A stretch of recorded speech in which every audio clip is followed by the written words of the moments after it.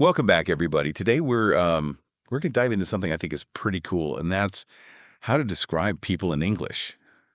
We've got this transcript from an English language learning video, and you know what they say? Learning a new language opens up a whole new world. Yeah, it really does. And I think even if you're fluent, there's always room for like refining your skills, you know? Especially when it comes to describing people. It's like painting these vivid pictures with Oh words. yeah, Yeah. totally. So this video breaks down describing people into appearance, personality, and relationships. So let's just start with the basics. How do we describe like someone's looks in a way that's accurate and interesting? Well, if you think about it, you wouldn't just say a house if you were like trying to sell it. You talk about, charming front porch, the spacious kitchen. You really want to focus on those little details that make it stand out. Oh, okay. I see where you're going with this. Yeah. So it's like going beyond the obvious and finding those details that make someone unique. Yeah, precisely. So when it comes to appearance, our source material starts with height and build. Think tall, short, slim, or well built. Those kind of broad strokes that give us a general sense of someone's physique. Right. But then they take it a step further by reminding us that adverbs can add so much.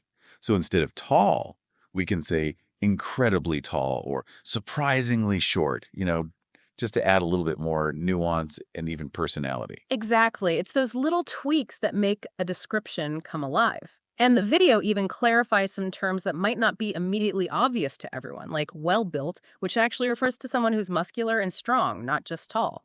It's cool how they anticipate learners' questions like that and just provide that extra little bit of context that makes all the difference. And speaking of details, they continue with hair. We have our usual suspects, long, short, brown, blonde, curly, but then they also mention fair. Oh, yeah, fair. That's one of those words that has a couple of different meanings. It's great that they clarify that here it means light-colored hair. Yeah.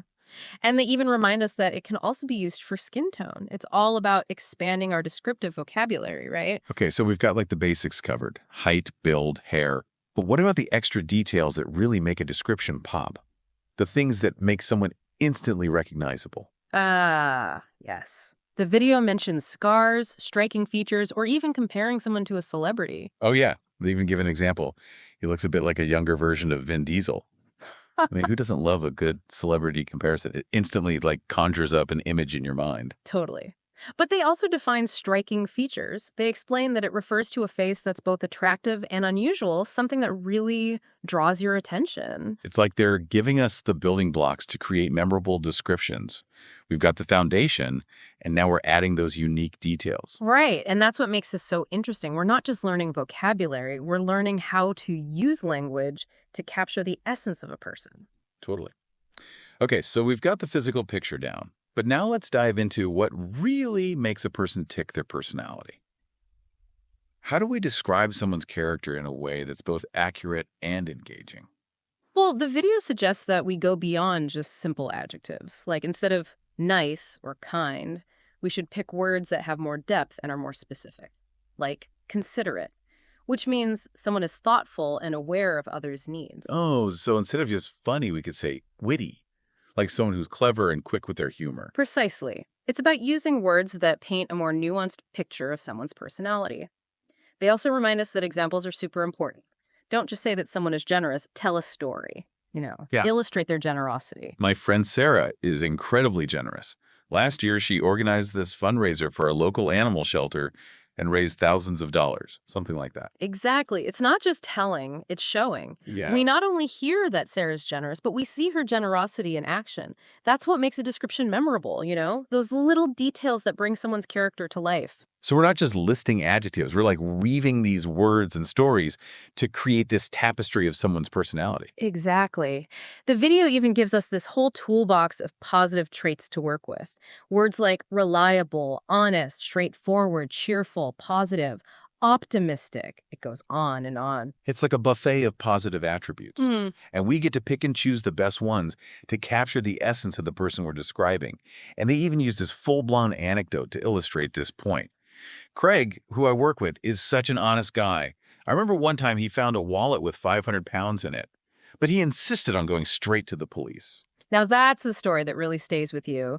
We immediately get a sense of Craig's integrity and his commitment to doing what's right. It's way more powerful than just saying he's honest. Right, and I think that's what sets this apart. It's not just about learning new words, but it's also about using language to create a lasting impression. It's about going beyond the surface and getting to the heart of who someone really is. But let's be real, no one is perfect, right? Yes.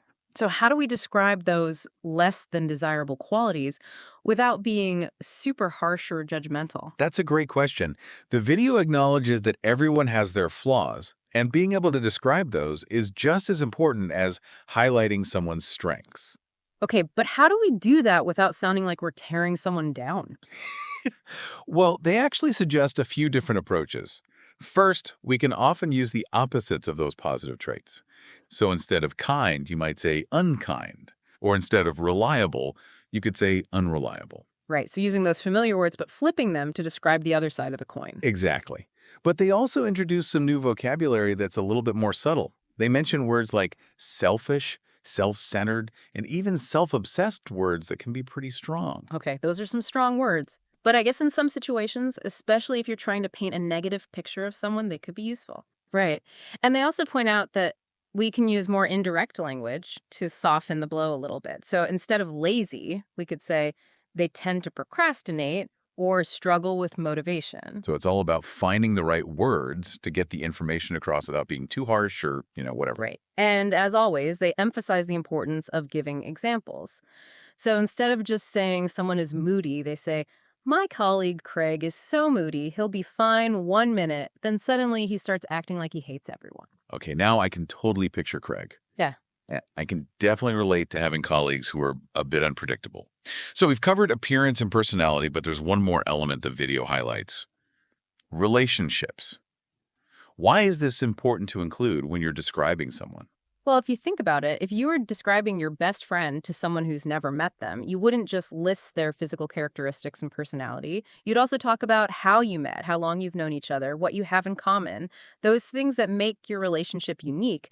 I see. It's about providing context for the listener and giving them a sense of why this person matters to you. Exactly. And the video even gives us these key phrases that can help with this, like starting with phrases like, we've known each other for, or we met at, to kind of set the stage for the relationship. And then there's that phrase, get on, which is so versatile. You can use it in so many ways to describe the dynamics of a relationship. Right. We can say we get on really well if it's a close, harmonious relationship. Or we don't get on very well at all to, suggest there's some tension or conflict there. Exactly. And of course, we have those in-between situations, like we get on well sometimes, for those relationships that are a little more complicated. Yeah. It's like this whole spectrum of relational dynamics, and we can use those phrases to really pinpoint exactly where someone falls. Exactly. And the video also encourages us to include some details about like how often we see this person or the things we do together. Do you see them every day, once a month? What kinds of things do you typically do together? Right. Those details really add some depth and texture to the relationship. They give the listener a more complete picture. Yeah. For example, it could say something like, I don't see my brother very often, but we talk on the phone every week.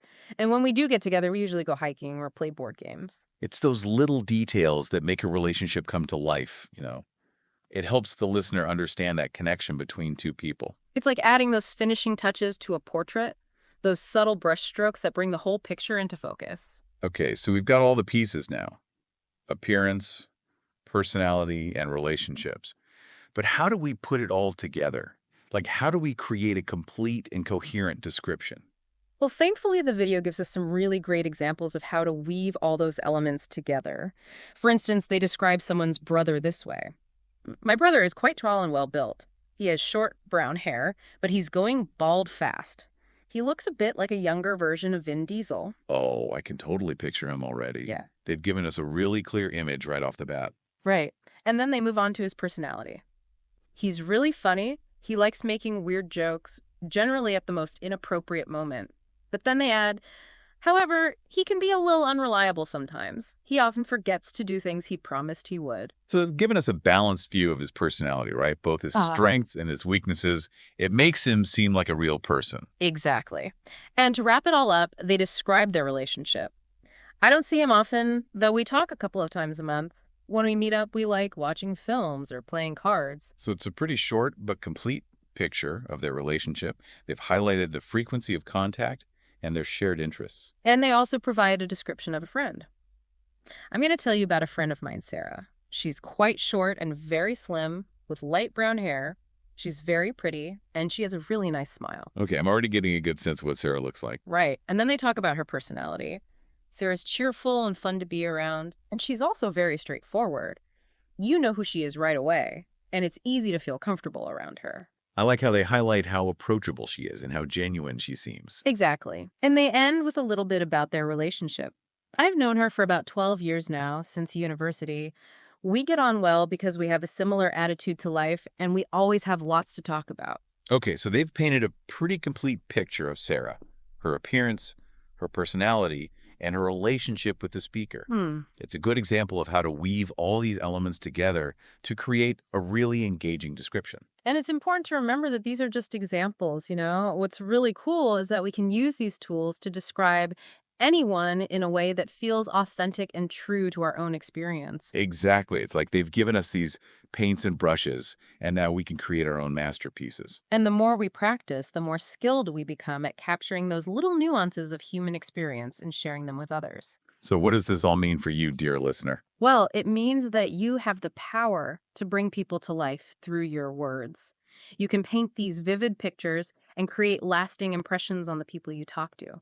And it's not just about describing people you know personally either, right? You can use these same skills to describe, like, characters in books, historical figures, or even people you just met. Yeah, it's about being aware of all those little details that make each person unique and then using language to celebrate those differences.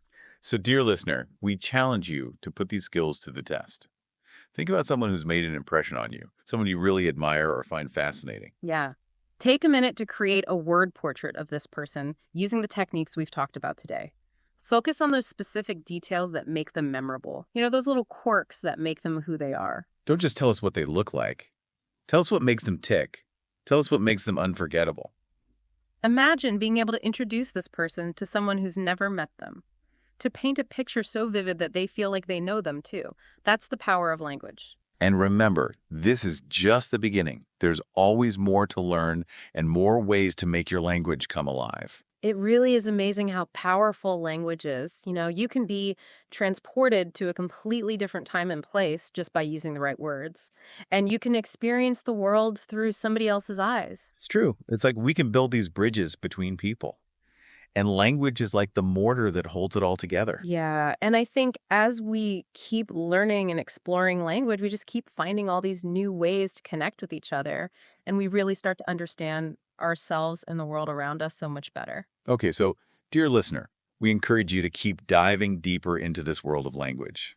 Think about those people who have made a difference in your life, those people who have really touched you in some way, and see if you can describe them to us. Exactly. Challenge yourself to describe these people. You know, maybe it's an old childhood friend or a relative who is always a little bit quirky, or maybe even a mentor who had a big impact on your life. Yeah, and as you're thinking about them, really try to gather all those ingredients together, their appearance, their personality, their relationship to you, and try to weave it all together into one cohesive description. Don't be afraid to experiment a little. Let your own unique voice come through. And most importantly, just have fun with it. Really let the joy of language be your guide as you bring these people to life with your words. Because when it comes down to it, that's what language is all about. It's about connecting with each other and sharing our experiences, and just appreciating how rich and diverse human life really is. Well said. And with that, we'll wrap up this deep dive. Until next time.